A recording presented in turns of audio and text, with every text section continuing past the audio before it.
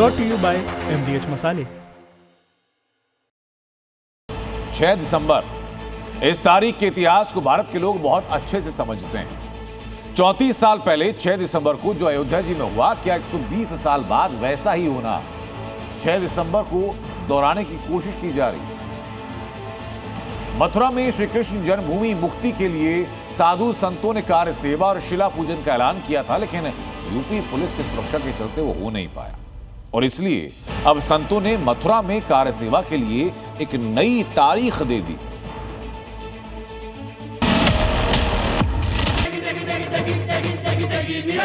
MDH की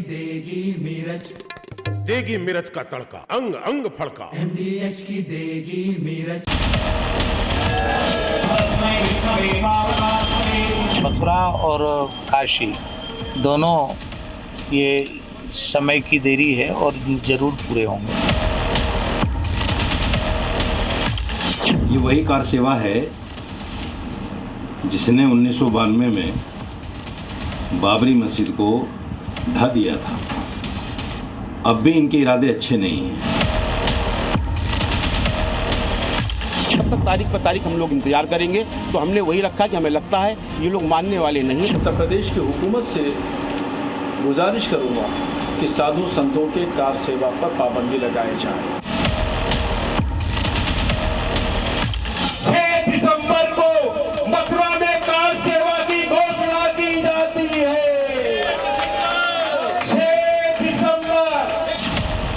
6 दिसंबर मथुरा में भी कार सेवा की यही तारीख तय की गई है।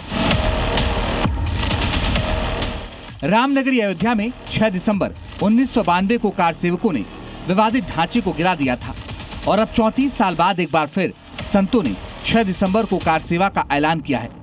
लेकिन इस बार जगह मथुरा है और लक्ष्य है कृष्ण जन्मभूमि को ईदगाह के अतिक्रमण से मुक्ति दिलाना। मथुरा में संतों ने 9 अगस्त को कार सेवा का ऐलान किया था। सावन महीने में कार सेवा के ऐलान के बाद से ही योगी फोर्स अलर्ट थी। श्री कृष्ण जन्मभूमि क्षेत्र छावनी में बदल दिया गया था। शाही ईदगाह के बाहर पुलिस की तैनाती थी। सच्चिदानंद महाराज आश्रम के बाहर पुलिस का पहरा था ताकि कोई अनहोनी न हो। कार सेवा के ऐलान के चलते सैकड़ों साधु संत भी पहुंचे थे, लेकिन सुरक्षा के चलते कोई कार सेवा के लिए आश्रम से बाहर नहीं निकल पाया, जिसके बाद कृष्ण जन्मभूमि में कार सेवा की नई तारीख का ऐलान किया गया। 6 दिसंबर को हमारे राम मंदिर बना, उस दिन हम कृष्ण मंदिर भी बनाएंगे। उसको 500 साल लगे, सिर्फ 5 साल में बनाने की हम करेंगे। 6 दिसंबर को हम लोग जो है कृष्ण जन्मभूमि को इस बंधन से मुक्त करा करके और ठाकुर जी को मुक्त करके सभी सनातनी जयघोष करेंगे। तो प्रत्येक जो कार्य होगा वो 6 दिसंबर को ही शौर्य दिवस के रूप में मनाया जाएगा। मथुरा में सच्चिदानंद महाराज के आश्रम में शिला पूजन का भी ऐलान किया गया था, लेकिन रातों रात प्रशासन ने शिला ही हटवा दी। कल तक चित्रकूट पीठ आश्रम के बाहर शिला को तराशने का काम चल रहा था। बड़ी बड़ी शिलाएं मौजूद थीं, लेकिन अब यहाँ एक भी पत्थर नहीं। सवाल ये है कि ये शिलाएं कहाँ गईं? एक तरफ सच्चिदानंद महाराज के आश्रम में कार सेवा के लिए हवन पूजन चल रहा था, तो दूसरी तरफ कुछ कार सेवक श्री कृष्ण जन्मभूमि क्षेत्र में मौजूद ईदगाह तक पहुंच गए। हाथ में लड्डू गोपाल को लेकर चल रही ये महिला अखिल भारत हिंदू महासभा की अध्यक्ष मीरा राठौर हैं। ये शाही ईदगाह के गेट तक पहुंच गई थी, लेकिन योगी फोर्स ने ईदगाह के अंदर घुसने से पहले ही इन्हें वापस भेज दिया। आगे त्योहारों का सीजन शुरू होने वाला है, इसलिए कार सेवा को टाल दिया गया है।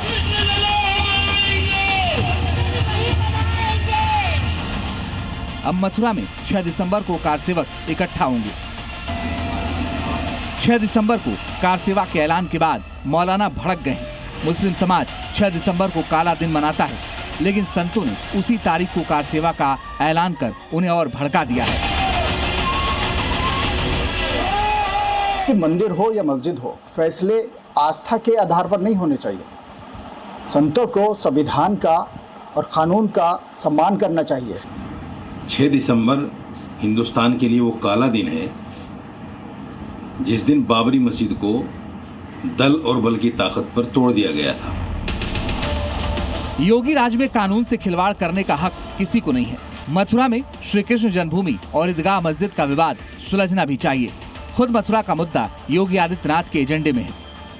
और कृष्ण कन्हैया की कृपा होगी तो अयोध्या में श्री राम जन्मभूमि की तरह यहाँ पर भी आगे के कार्यक्रम इसी रूप में आगे बढ़ते जाएंगे। मथुरा का मामला अलग कोर्ट में है। कोर्ट से बाहर सुलह की कोशिश की जा रही है। अगर तब तक सुलह नहीं हो सका तो दिसंबर में एक बार फिर मथुरा में संत इकट्ठा होंगे। राहुल मिश्रा, जी मीडिया, मथुरा।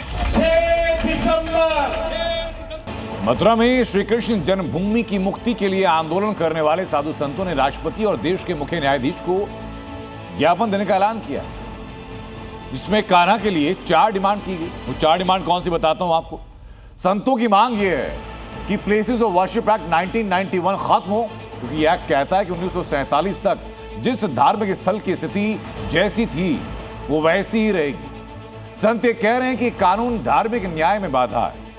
संतों की मांग है कि जन्मभूमि और ईदगाह विवाद की सुनवाई रोजाना होनी चाहिए ताकि जल्द से जल्द इसमें फैसला आ सके। संतों की मांग है कि जन्मभूमि में ठाकुर जी को रोजाना माखन मिश्र का भोग लगाने की अनुमति मिले। अभी ऐसा भोग नहीं लगता है। और आखिरी डिमांड ये कि ईदगाह परिसर के ASI सर्वे पर जो रोक लगी है उस रोक को हटाया जाए ताकि सर्वे से सच्चाई सामने आ सके। 7 नवंबर 1875 इस तारीख को रचित वंदे मातरम 150 साल पूरे होने के बाद आज राष्ट्रगीत बनकर के हर भारतीय की धड़कन है। लेकिन बावजूद इसके कुछ कट्टरपंथी धर्म से जोड़ करके इसके महत्व को कम करने से बाज नहीं। वो कहते हैं कि वंदे मातरम नहीं गाएंगे, लेकिन यूपी में सीएम योगी ने आज 2-2 कहा कि वंदे मातरम गाना होगा। जिन्होंने यूज किया है वो जानते हैं असली हींग का स्वाद। MDH सुपर हींग, शुद्धता का असली तड़का। MDH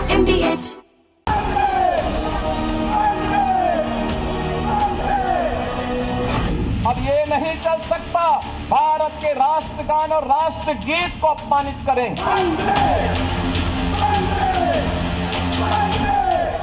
वंदे मातरम का गान हर संस्था में होना चाहिए।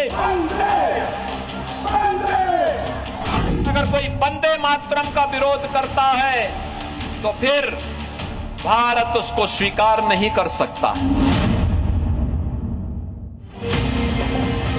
उत्तर प्रदेश में काकोरी ट्रेन एक्शन के 101 साल पूरे होने पर निकाली गई तिरंगा यात्रा के दौरान सीएम योगी ने एक बार फिर से साफ कर दिया कि वंदे मातरम का अपमान नहीं चलेगा। वंदे मातरम का गान हर संस्था में होना चाहिए। वंदे मातरम का विरोध भारत स्वीकार नहीं करेगा। देश के 80वें स्वतंत्रता दिवस के पावन मौके से ठीक पहले राजधानी लखनऊ में विशाल तिरंगा यात्रा निकाली गई। इस यात्रा में 25 से 30 हजार से भी ज्यादा युवाओं ने बढ़ चढ़कर हिस्सा लिया। इसी तिरंगा यात्रा को संबोधित करते हुए सीएम योगी ने वंदे मातरम को लेकर 2 टूक चेतावनी दे दी। अब ये नहीं चल सकता कि रहेंगे भारत में, लेकिन भारत के प्रतीकों को, भारत के महापुरुषों को, भारत के राष्ट्रगान और राष्ट्रगीत को अपमानित करें। वंदे मातरम को लेकर सीएम योगी पहले ही सख्त कदम उठा चुके हैं।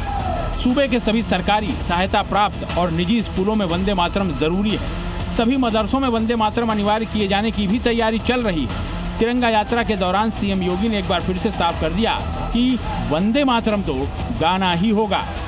भारत के आन बान शान के प्रतीक भारत का तिरंगा हर घर में लहराना चाहिए। वंदे मातरम का गान हर संस्था में होना चाहिए। संसद में वंदे मातरम राष्ट्रीय गीत के अपमान को दंडनीय अपराध बनाने वाला ऐतिहासिक विधेयक पारित हो चुका है।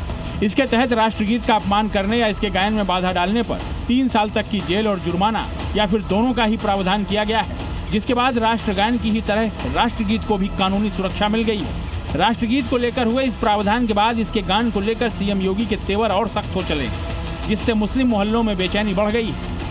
भारत का जो आईन है, संविधान है, आर्टिकल 28 है, अगर आप पढ़ेंगे उसको तो साफ तौर पर लिखा है ये जो गवर्नमेंट के तालीमी इदारे हैं उसमें किसी भी किस्म से मजहबी तालीम को या फिर मजहबी चीजों को ना पढ़ाया जा सकता है, ना वहां पर कोई किया जा सकता है। जो राष्ट्र का कानून है और जो राष्ट्र के प्रतीक हैं, उनका सम्मान करना प्रति एक नागरिक की जिम्मेदारी बनती है। वंदे मातरम को लेकर अभी हमारे जो अकाबिरीन हैं वो भी इस पर अपनी अपनी राय रख रहे हैं, कह रहे हैं।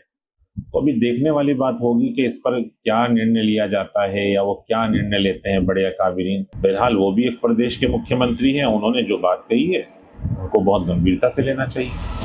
वहीं साधु संत और सनातनी मानते हैं कि राष्ट्रगीत राष्ट्र का वंदन गीत है, इसे धर्म या मजहब से जोड़कर नहीं देखा जाना चाहिए। वंदे मातरम को लेकर सीएम योगी का कड़ा रुख हमेशा चर्चा में रहता है। वो अक्सर कहते हैं कि हिंदुस्तान में रहकर राष्ट्रगीत से जिन्हें दिक्कत है वो संविधान और राष्ट्र दोनों का अपमान करते हैं, और कम से कम उत्तर प्रदेश में तो इसे कतई स्वीकार नहीं किया जा सकता।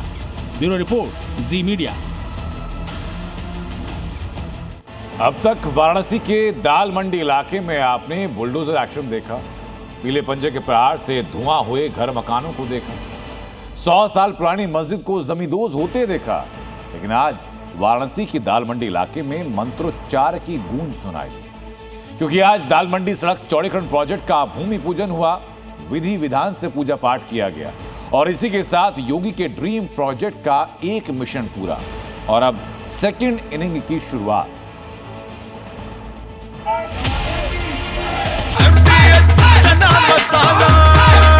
अब छोलिया हो या लोबिया, सफेद चने या काले चने, सब कुछ मजेदार बने।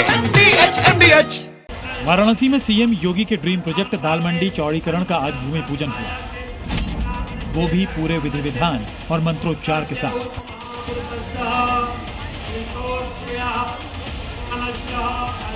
भूमि पूजन बीजेपी विधायक डॉक्टर नीलकंठ तिवारी ने किया और इसी भूमि पूजन के बाद दाल मंडी में सड़क निर्माण के काम का शुभारंभ हो गया।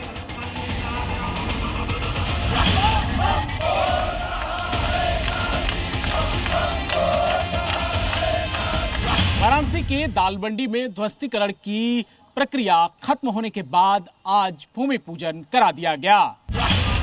हालांकि सड़क का निर्माण 2 दिन बाद शुरू होगा। सुबह से ही दाल मंडी के चौक थाने के पास पूजन की तैयारियां शुरू हो गई, पंडाल लगाया गया और सुबह 10 बजे भूमि पूजन की शुरुआत हुई। भूमि पूजन के दौरान आसपास के लोगों में खुशी का माहौल था, क्योंकि जैसे ही सीएम योगी का ये ड्रीम प्रोजेक्ट पूरा होगा, वाराणसी के दाल मंडी इलाके का कायाकल्प हो जाएगा। दाल मंडी की तंग गलियों से हमेशा के लिए छुटकारा मिल जाएगा। बनारस के दाल मंडी की सूरत और सीरत दोनों बदलने जा रही है और उसके लिए आज भूमि पूजन हुआ है। यहाँ के स्थानीय लोग किस नजर से इस पूरे बदलाव को देख रहे हैं? जीवंत उदाहरण बनेगा ये आपके नवंबर के बाद, जीवंत उदाहरण की ये मार्केट ऐसा बनेगा जो पूरे बनास की एक परिकल्पना को ही अलग कर देगा कि बनास में ऐसा कोई मार्केट जीवंत रहेगा। ये दर्शनार्थियों के लिए, क्षेत्रीय नागरिकों के लिए, आगंतुकों के लिए बहुत जरूरी था कि उनको एक सुगम मार्ग का रास्ता बनाने के लिए उसी कड़ी में आपका ये दाल मंडी रोड का विस्तार का काम चल रहा है। हमारे यहाँ के लोकल वासियों के लिए और टूरिस्टों के लिए बहुत ही अच्छा आगाम है, जिसको आज भूमि पूजन के रूप में आगाम को परिणाम दिया गया है और ये बाबा काशी विश्वनाथ कॉरिडोर के बाद इसका होना बहुत ही जरूरी रहा। 2 अगस्त 2025 को पीएम मोदी ने इस प्रोजेक्ट का शिलान्यास किया था, जिसके तहत दाल मंडी में मॉडल सड़क बनाई गई। सड़क चौड़ीकरण का जिम्मा पीडब्ल्यूडी को सौंपा गया है और दावा किया जा रहा है कि अगले 3 महीने में यहाँ शानदार सड़क दिखेगी। मंगलवार से यहाँ पर निर्माण कार्य शुरू करा दिया जाएगा और ये कहा गया कि दाल मंडी के इस गली का नया पुनरुद्धार होने जा रहा है और इससे काशी के अर्थव्यवस्था में भी एक नई जान आ जाएगी। इसी के चलते जो यहाँ का दाल मंडी का पूरा इलाका है वो मुस्लिम व्यापारियों। दाल मंडी सड़क चौड़ीकरण की जद में करीब 181 मकान और 6 मस्जिदें आई। 6 मस्जिदों को मस्जिद पक्ष की सहमति के बाद तोड़ा गया है। फिलहाल दाल मंडी में बुलडोजर एक्शन थमा हुआ है। योगी के धुरंधर शांत मुद्रा में खड़े हैं, लेकिन बीते 9 महीनों तक दाल मंडी का इलाका पीले पंजे के प्रहार से धुआं धुआं हो रखा था, क्योंकि 22 जुलाई 2025 को योगी कैबिनेट ने दाल मंडी चौड़ीकरण प्रोजेक्ट को पेश किया। 23 जुलाई 2025 को दाल मंडी में मकानों की पैमाइश का काम शुरू किया गया। 29 अक्टूबर 2025 को दाल मंडी में ध्वस्तीकरण की कार्रवाई का आगाज हुआ और जनवरी 2026 में पहली बार दाल मंडी में बुलडोजर एक्शन की शुरुआत हुई। दाल मंडी सड़क चौड़ीकरण की कवायद शुरू होते ही कई दफा बवाल विवाद भी हुआ। भाईजान ने बुलडोजर एक्शन का विरोध भी किया। क्योंकि सड़क चौड़ीकरण में जो 6 मस्जिदें आईं, उनमें से कई मस्जिदें 100 साल से ज्यादा पुरानी थीं। लेकिन अब दाल मंडी के मियां भाई भी योगी के इस प्रोजेक्ट के सफल होने की उम्मीद लगा रहे हैं। हम चाहते हैं कि ये बन जाएगा तो अच्छा ही होगा, और यहाँ आने वाले जो दिन में, क्योंकि जिस तरीके पाथवे बना रहे हैं तो पाथवे पे लोग चल के सामान दुकानदारी का खरीदारी करेंगे। हमें लग रहा है कि नो डाउट कि अच्छा दिन आएगा, क्योंकि एक इनिंग समाप्त हो गई है। अब सेकंड इनिंग कितनी अच्छी होगी ये तो आने वाला दिन। सेकंड इनिंग के लिए आप लोग तैयार हैं? सेकंड इनिंग के लिए तैयार है। भले ही मौजूदा वक्त में दाल मंडी का इलाका किसी खंडहर की तरह दिखाई दे रहा हो, मगर भूमि पूजन के ठीक 90 दिन बाद वाराणसी का ये इलाका अपने नए अवतार में होगा। भूमि पूजन के साथ ही लोकार्पण की तिथि भी तय कर दी गई है। नवंबर के महीने में प्रधानमंत्री नरेंद्र मोदी के हाथों दाल मंडी के एक नए सड़क का लोकार्पण होगा। इससे बनारस के विकास को एक नई दिशा भी मिलेगी। वाराणसी से जयपाल के साथ ब्यूरो रिपोर्ट, जी मीडिया। अब से चंद घंटों के बाद सावन का दूसरा सोमवार और फिर मंगलवार को शिवरात्रि का महापर्व। इन्हें अगले 2 दिन करोड़ों की संख्या में भोले के भक्त अपने आराध्य के जलाभिषेक के लिए शिवालयों का रुख करेंगे। तो जाहिर है कि योगी सरकार के सामने उनकी सुरक्षा की चुनौती बड़ी होगी, और इसे पार करने के लिए बंकर वाला चक्रव्यूह तैयार किया गया है।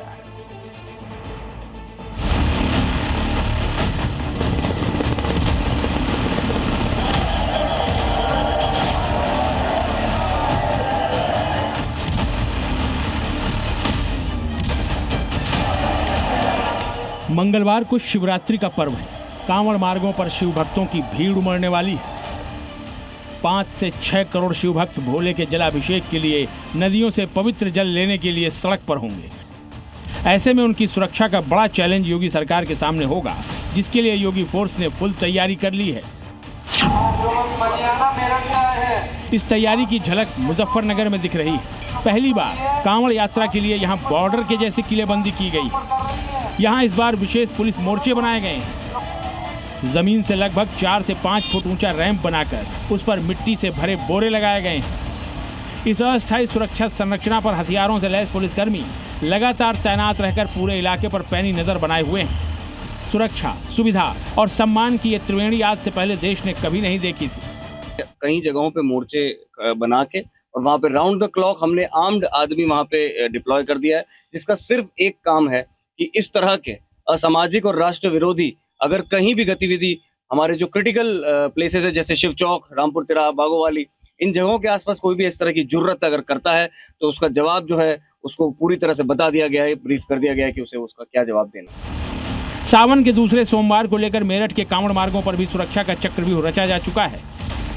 शिवरात्रि को देखते हुए 1000 पुलिसकर्मियों की ड्यूटी लगाई गई है। सुरक्षा के लिए बाकायदा एक कंट्रोल रूम भी बनाया गया है, जिसमें लगभग 500 सीसीटीवी कैमरे लगाए गए हैं। इसके अलावा यहाँ के मंदिरों के ठीक बाहर अस्थायी थाना भी बनाया गया है। मौजूद इस वक्त मेरठ के प्रमुख शिवालय औगरनाथ मंदिर पर है। देखिए तस्वीरें आप देख सकते हैं औगरनाथ शिवालय की ये तस्वीर है। मेरठ का ये प्रसिद्ध मंदिर है और शिवरात्रि और सोमवार को लेकर यहाँ पर भक्तों का तांता जो है वो यहाँ पर लगा रहता है। देखिए जो पुलिस है, सुरक्षा के चाक चौबंद इंतजाम जो है वो यहाँ पर किए गए हैं। लगभग 1000 पुलिसकर्मियों की ड्यूटी जो है वो यहाँ पर लगाई गई है। यानी औगरनाथ के ऊपर एक सुरक्षा का चक्रव्यूह जो है वो यहाँ पर पूरी तरह रचा गया है। हाथरस में भी सावन के दूसरे सोमवार और शिवरात्रि को लेकर योगी फोर्स अलर्ट मोड में है। कांवड़ यात्रा के दौरान सुरक्षा की तैयारियों का जायजा लेने के लिए जिले के आला पुलिस अधिकारी खुद सड़कों पर उतर गए हैं। योगी फोर्स लगातार कांवड़ मार्गों और शिवालयों के आसपास मार्च कर रही है। भोले के भक्त कांवड़ यात्रा को लेकर की गई योगी सरकार की तैयारियों से बेहद खुश हैं। सुरक्षा, खाने पीने और हर चीज़ को लेकर काफ़ी बदलाव है पहले में और अब में। और कांवड़िए उत्साह और उमंग के साथ जा रहे हैं, क्योंकि बाबा ने हर चीज़ पे तो जैसे डीजे पे पहले रोकती अब नहीं है। सुरक्षा व्यवस्थाएं बहुत ही सही हैं। रात में लाइटिंग वगैरह की व्यवस्था काफ़ी अच्छी है। जगह जगह शिविर लगे हुए, सरकार द्वारा भी वैसे भी पुलिस प्रशासन का साथ दूर दूर तक जाना। शिवरात्रि को लेकर उमड़ने वाली कांवड़ियों की भारी भीड़ को देखते हुए योगी सरकार ने व्यापक और कड़े इंतजाम किए हैं। कांवड़ मार्गों पर लगभग 35,000 सुरक्षाकर्मी तैनात हैं। इनमें पुलिसकर्मी, पीएसी और अर्धसैनिक बल भी शामिल हैं। 14 कंपनी पीएसी और 250 से अधिक ट्रैफिक पुलिसकर्मी तैनात हैं। कमांडो और एटीएस की टीमें भी मुस्तैद हैं। हजारों सीसीटीवी और ड्रोन से निगरानी हो रही है। संवेदनशील जगहों पर वॉच टावर बनाए गए हैं। सेंट्रलाइज्ड कंट्रोल रूम के जरिए निगरानी हो रही है। सीएम योगी खुद सुरक्षा व्यवस्था की पल पल की जानकारी ले रहे हैं। सीएम योगी सिर्फ कहते ही नहीं, बल्कि जो कहते हैं उसे धरातल पर उतार कर भी दिखाते हैं। दिव्य भव्य और सुरक्षित कांवड़ यात्रा का जो वादा उन्होंने किया था वो साकार होता दिख रहा है और भोले के भक्त इससे बेहद खुश हैं। ब्यूरो रिपोर्ट, जी मीडिया। यूपी से लेकर उत्तराखंड तक कांवड़ियों की सुरक्षा में चप्पे चप्पे पर पुलिस है, लेकिन इसके बाद भी असामाजिक तत्व कांवड़ में माहौल खराब करने की साजिश में। कांवड़ रूट पर नॉनवेज की दुकानों को खोलना प्रतिबंधित है, लेकिन बावजूद इसके कई जगहों पर मीट की दुकानें खोली जा रही हैं। मीट बेचा जा रहा था, लेकिन जब योगी का बाहुबली पहुंचा तो क्या हुआ, इस रिपोर्ट में दिखाते हैं।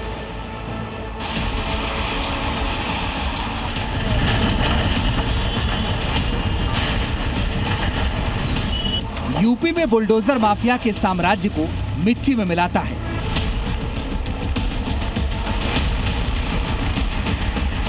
यूपी में योगी का बुलडोजर हत्यारे दुष्कर्मियों का हिसाब करता है। बुलडोजर भ्रष्टाचार के सल्तनत को जमींदोज करता है। यूपी में बुलडोजर से गुंडे माफिया बदमाश कांपते हैं। बुलडोजर अभी तक माफिया के कब्जे पर चलता था, सरकारी जमीन को अवैध कब्जा से मुक्त करता था। पहली बार शिव भक्तों का अपमान करने वालों पर बुलडोजर चला है। सावन में कांवड़ रूट पर नॉनवेज पर बैन के बाद भी धड़ल्ले से नॉनवेज बेचा जा रहा है।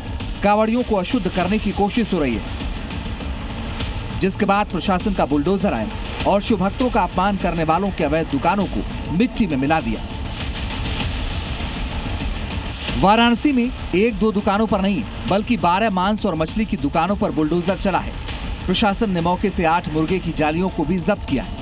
वाराणसी में प्रशासन की आंखों में धूल झोंकने के लिए आरोपी दिन में अपनी दुकानों को बंद रखते और रात में दुकान में नॉनवेज बेचते। वाराणसी में नगर निगम ने सावन के महीने में मीट बेचने के आरोप में इन 12 दुकानों पर बुलडोजर चला दिया। आरोप है कि रात में ये लोग सावन के पवित्र महीने में प्रतिबंध के बावजूद मीट सप्लाई करते थे, जिसके चलते नगर निगम ने अपने कुछ लोगों को भेजकर इसका पता लगाया और उसके बाद इन 12 दुकानों को बुलडोजर के जरिए ध्वस्त करा दिया। यूपी में कांवड़ियों की शुद्धता और पवित्रता को ध्यान में रखते हुए कांवड़ रूट पर मौजूद मीट की दुकान पर सावन में खोलने पर रोक है, लेकिन इसके बाद भी कुछ लोग नॉनवेज बेच रहे थे। सावन में कांवड़ रूट पर मीट की बिक्री करने पर बुलडोजर बरेली में भी चला है। बरेली में बुलडोजर एक्शन का ये वीडियो भले ही हल्का है, लेकिन इस वीडियो से योगी सरकार ने बड़ा संदेश दिया है। इस दुकान पर बुलडोजर इसलिए चला है क्योंकि यहाँ भी कांवड़ रूट पर नॉनवेज की दुकान खुली थी। योगी का मैसेज साफ है, हिंदुओं की आस्था से जो भी खिलवाड़ करेगा, सनातन के रास्ते में जो भी बाधा बनेगा, माहौल खराब करने की कोशिश करेगा, वो बुलडोजर से बच नहीं पाएगा। जी मीडिया के लिए वाराणसी से जयपाल की रिपोर्ट। कांवड़ यात्रा में विघ्न डालने की साजिश रचने वालों पर बुलडोजर चला तो यूपी में योगी के रूल ऑफ लॉ को चैलेंज करने वालों का बुलेट से इलाज हुआ। योगी ने पहले कह दिया था कि उत्तर प्रदेश में कायदे में रहना होगा, बहन बेटियों की इज्जत करनी होगी।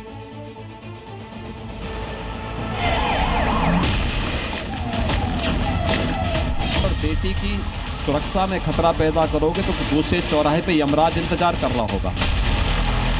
योगी आदित्यनाथ की वार्निंग को कुख्यात बदमाश मोनू हल्के में लिया।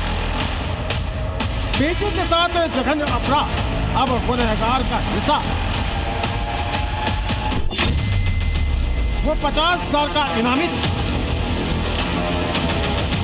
उसने अपराध की इंतहा कर दी। नतीजा अब वो इस दुनिया में नहीं। योगी फोर्स ने बेटी की सुरक्षा से खिलवाड़ करने वाले मोनू का फुल एनकाउंटर कर 1 अगस्त को बुलंदशहर के कपोड़ में 11 साल की नाबालिग से दुष्कर्म और हत्या के बाद से ही फरार। 8 अगस्त की रात को मोनू अपने साथी के साथ भाग रहा, तभी योगी फोर्स से सामना हो। पुलिस को देखने के बाद मोनू और उसके साथियों ने फायरिंग शुरू कर, इसके बाद 3 थाना क्षेत्र के पुलिस ने इनकी घेराबंदी की। आखिरकार योगी फोर्स की बुलेट ने रेपिस्ट का काम तमाम कर दिया।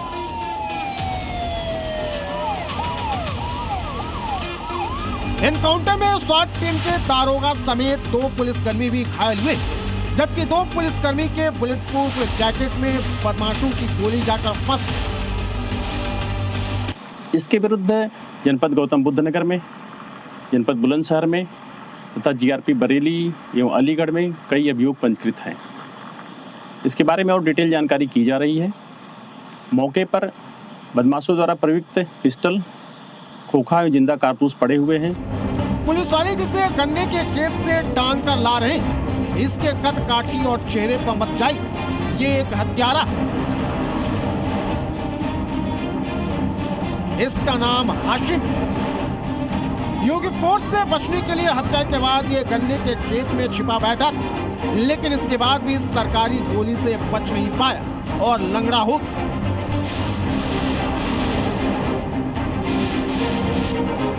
यूपी के मुजफ्फरनगर में हाशिम ने गड़ासे से 17 बार वार कर अपने प्रेमिका के पति की हत्या कर दी, जिसका सीसीटीवी भी सामने आया।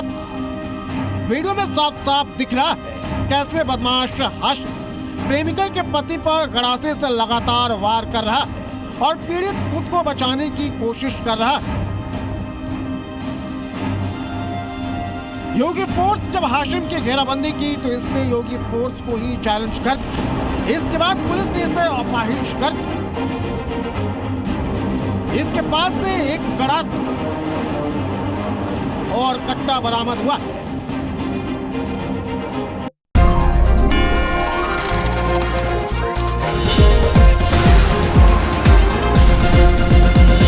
Brought to you by MDH Masale।